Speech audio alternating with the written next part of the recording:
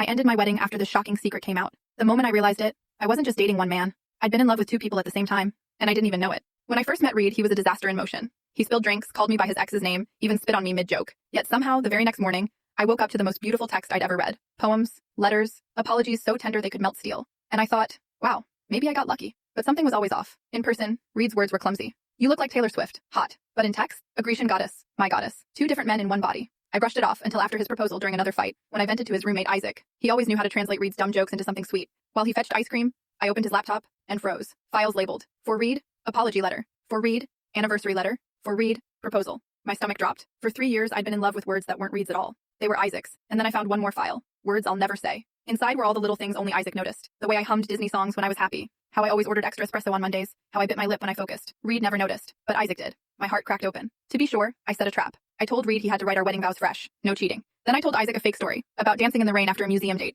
At the rehearsal dinner, Reed stood up, reciting vows perfectly, until he said it. That night in the rain, when we danced in that empty lot, the entire room went silent. I shot up. That never happened. Reed held up his paper. Babe, of course it did. It's right here. And Isaac? His face turned ghost white. My secret riot. Recording played. I ended it all right there. This wedding is over. The next morning, Isaac left a letter on my doorstep. He wrote, You were Juliet, Reed was Romeo, and I was just a nameless side character. I knocked on his door and gave the letter back. No, I don't want a Romeo. I want the nameless side character who's always been there protecting me. If this blew your mind, hit subscribe. More unbelievable real stories are coming.